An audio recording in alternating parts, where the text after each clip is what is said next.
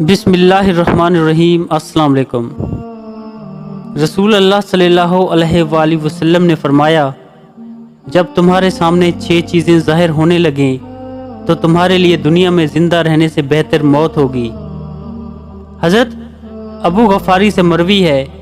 کہ میں نے حضور صلی اللہ علیہ وآلہ وسلم کو فرماتے ہوئے سنا، 6 چیزوں پر موت کے ذریعے سبقت کر جاؤ، یعنی ان سے پہلے مر جاؤ: بے وقوفوں اور نااہلوں کی امارت اور سربراہی پر، پولیس کی کثرت پر، فیصلے کی فروختگی پر، خون ریزی کو معمولی سمجھے جانے پر، رشتہ ناتا توڑ جانے پر، ایسی نسل پر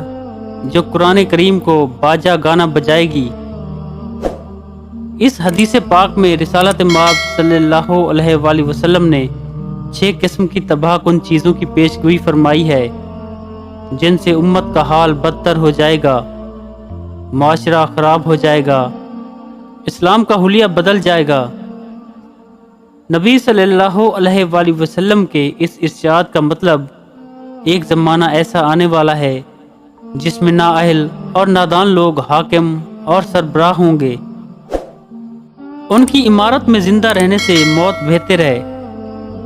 ترمذی میں آیا ہے کہ حضور صلی اللہ علیہ وآلہ وسلم نے فرمایا، تمہارے حکام اور لیڈر تم میں سب سے گھٹیا اور بدترین ہوں گے، بخیل تمہارے مالدار ہوں گے، اور تمہارے معاملات تمہاری عورتوں کے مشوروں سے طے ہونے لگیں گے، تو تمہارا دنیا میں زندہ رہنے سے مر کر قبروں میں دفن ہو جانا بہتر ہوگا۔